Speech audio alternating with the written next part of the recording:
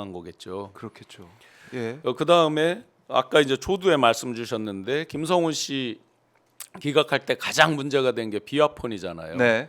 그러면 비화폰을 김성훈 씨가 도대체 어디까지 불출을 해서 불출 대장에 보면 이제 날짜 써 있고 뭐 수령한 사람 뭐 사인 뭐 이런 게 있을 거 아니에요. 예를 네. 들면 그러면 어디까지 했길래 그토록 그거를 철벽 방어를 3번이나 해줬을까?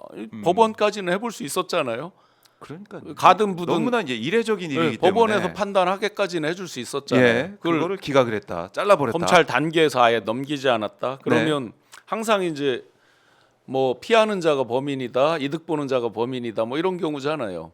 그러면 이거는 누구나 합리적으로 다 의심을 온 국민이 했고, 그러니까 심의위에서도 6대 3으로 결정이 난 거 아니겠냐고요. 외부 사람들이 와서 딱 봤더니 이거는 당연히 법원에 네. 넘겨야지 이런 얘기를 한 거예요. 네, 그러면 김용현 씨가 자기 발로 걸어간 것부터 시작해서 이거 기각시키는 것까지를 쭉 일련을 놓고 보면 네. 과연 그런 검찰 최고위 간부들은 비화폰을 받은 사람은 없을까라는 음. 의심까지도 가는 거죠, 당연히. 그렇죠. 이 의심은 본인들이 자초를 했습니다.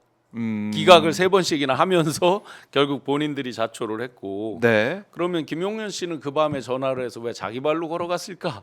뭐 이런 게 다 이제 어느 정도 연속적으로 꿰지는 면이 있는 거죠. 네. 네.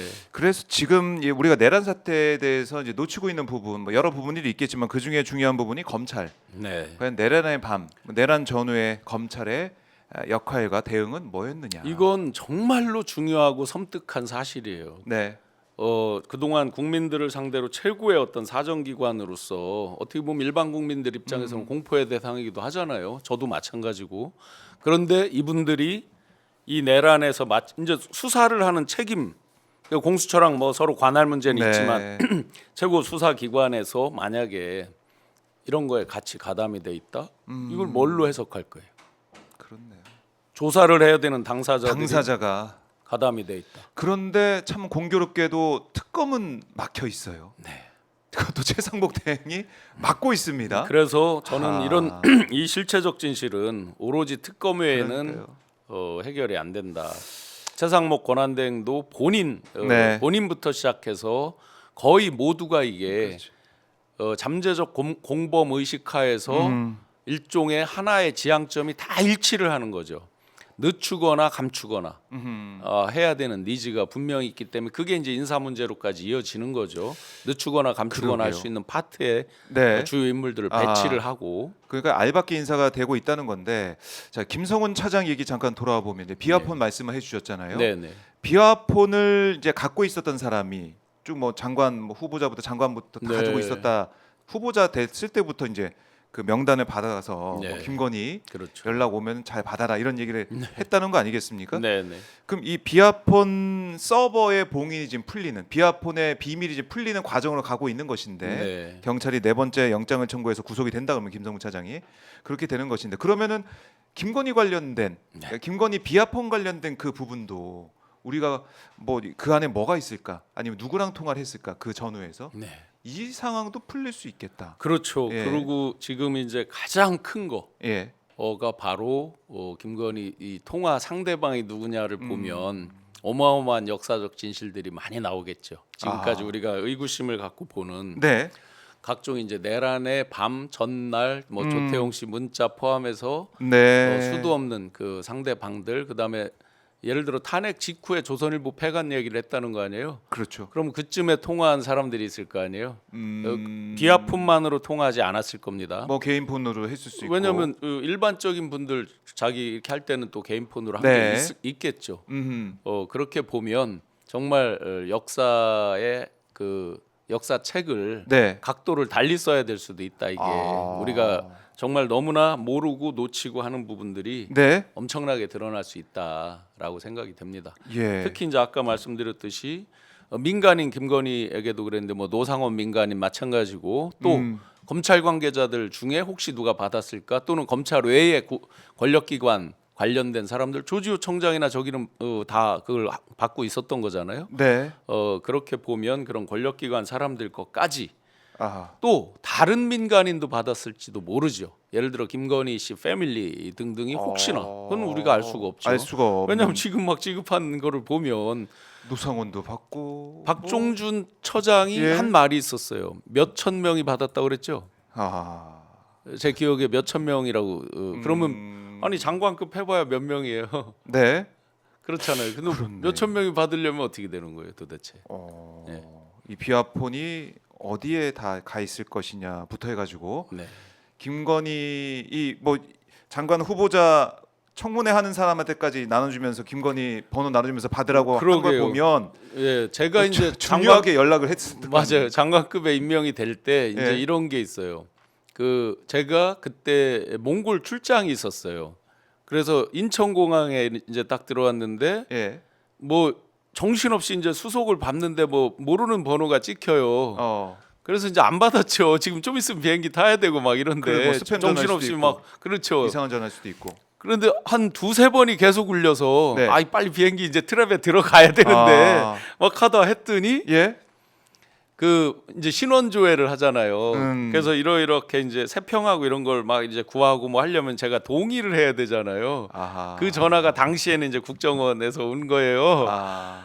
이렇듯이 그걸 미리 비아폰으로 해서 안 알려주면 그 사람이 전화를 그 속된 말로 씹는다 그러나요? 뭐 안 받을 수 이게 있죠. 잘 모르고 스팸도 요즘 워낙 많으니까 안 받을 수도 있죠. 그러니까 미리 주고 이건 중요하니까 반드시 받아라. 만약에 뭐 신당부했을 정도니까. 만약에 김건희 씨가 하고 예? 줬는데 안 받으면 어떻게 되겠어요? 그러니까 이 경호처 입장에서는 아주 불경제. 신신당부를 했겠죠. 불경제로 다스려지겠죠. 네. 그래서 이 김건희 이제 비아폰을 포함한 비아폰의 진실의 문이 지금 열리고 있다. 네. 이렇게 보시는 거군요. 그러니까 네. 김성훈 차장의 신병 확보가 그만큼 중요하고 예. 또 그 압수수색 여부가 중요하다. 뭐만 나오면 예. 이 사람들은 그 뭐 우연의 일치다 무슨 뭐 안부전하다 뭐 수도 없이 그 얄팍한 그렇죠. 예, 한 번만 딱 저기를 체크하면은 금방 거짓으로 탄론하는 식으로 이제 하는데 옛말에 이제 오얏 나무 밑에 갓근 고쳐 매지 말라고 이하 부정관이라고 하는 이제 저 속어가 있잖아요. 네. 사자성어처럼. 음.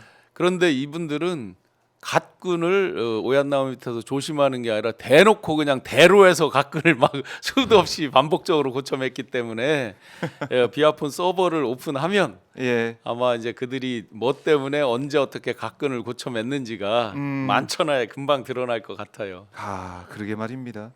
사실 윤건영 의원도 뭐 저희 인터뷰에 출연해서 말씀하셨지만은 내란의 블랙박스라는 표현을 쓰면서 네. 비아폰의 중요성을 얘기를 했거든요. 그러니까 김성훈 경호처 차장, 그러니까 비아폰 불출 대장을 경찰이나 공수처에 관련 자료 제출 안 했는데 검찰에만 준 것도 드러났고, 네. 그러니까 어떤 검찰과의 진짜 뭐 거래가 있었는지 이것도 너무 의심스럽고요. 검찰에다 줬을 때 예. 사실은 검찰이 얼마나 놀랬겠어요. 뒤집어서 왜 명태균 씨 거 그 황금폰 얘기 나올 때 전자레인지에도 넣고 뭐 폭파해라 뭐 사실 여부는 아직 모르지만 그러면 예를 들어 이제 명단을 딱 봤어요. 자기들과 직간접으로 관련 있는 사람도 예를 들어서 수도 없이 있을 수도 있잖아요. 뭐 직접 관련자가 몇 명 있을 수 있고 간접 관련자는 엄청 많을 수가 있잖아요. 네. 그럼 이거 이 사람들 다 어떻게 해 이거? 민정수석은 또 당연히 있었을 거 아니에요. 상식적으로 보면 예를 들어서 그죠. 그런 권력기관들, 네. 민정수석이라든지 무슨 뭐 저 공직기강이라든지 뭐 쭉 있잖아요. 그러면 수도 없는 리스트에 통화 기록이 나왔다고 보면 네. 뒤집어 보면 김성훈 씨 입장에서는 이게 뭐가 돼요? 검찰에 대한 일종의 협박 아닌 협박이 되기도 하는 거죠. 당신들 그래?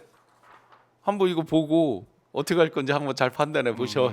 뭐 이런 느낌이 있을 수 있잖아요. 상식적으로 보면. 그거 보고 검찰이 화들짝 놀랄 수도 있고. 놀랄 수 있죠. 당연히 관계들이 좀 맞냐고요. 뻔하죠. 그러면 김성훈 씨 입장에서도 일종의 이제 김용현 씨가 통하고 이렇게 나가듯이 어떤 그런 면에서 이제 협의를 하기가 수월했겠죠. 그러니까 자기 폰도 놓고 조사받으러 가고 맨날 그렇게 한 거 아니겠냐고요. 3번씩이나 자신감이 있으니까. 네, 우리 영장이 보통 뭐 그렇게 기각되는. 못 하잖아요. 일반인들은. 그렇죠. 이례적인 일까지 벌어지고. 일반인이 그랬다면 바로 압수수색하고 난리가 났겠죠. 그러니까요. 참 이상하고 검찰의 내란의 밤 전후에 있었을 때 어떤 역할을 했고 또 그 이후에 수사 과정에서 뭘 덮으려 했는지 이런 그래서 의혹들 우리가 우리 밝혀질 거다. 국민들이 정말 두 눈 똑바로 뜨고 정말 깨어 있는 정신으로 봐야 되는 게요. 윤석열 내란 우두머리에 2월 25일 최후 진술에서 봤듯이 이거는 선동을 한 거란 말이죠. 끊임없는 투쟁을 선동을 한 거란 말이죠. 지금 계속 그러고 있죠. 그러면 법치주의의 최후 보루가 돼야 되는 네. 대통령 신분, 물론 직무가 정지됐지만 이들의 평소 인식을 다 보여준 거죠. 그러니 그와 함께했던 주요 그 법치의 한복판에 있던 사람들, 네. 이들의 인식이 이 모양 이 꼴이 됐고, 서천호라는 사람 경찰대학장 그리고 저 국정원 2차장까지 했던 분이 네.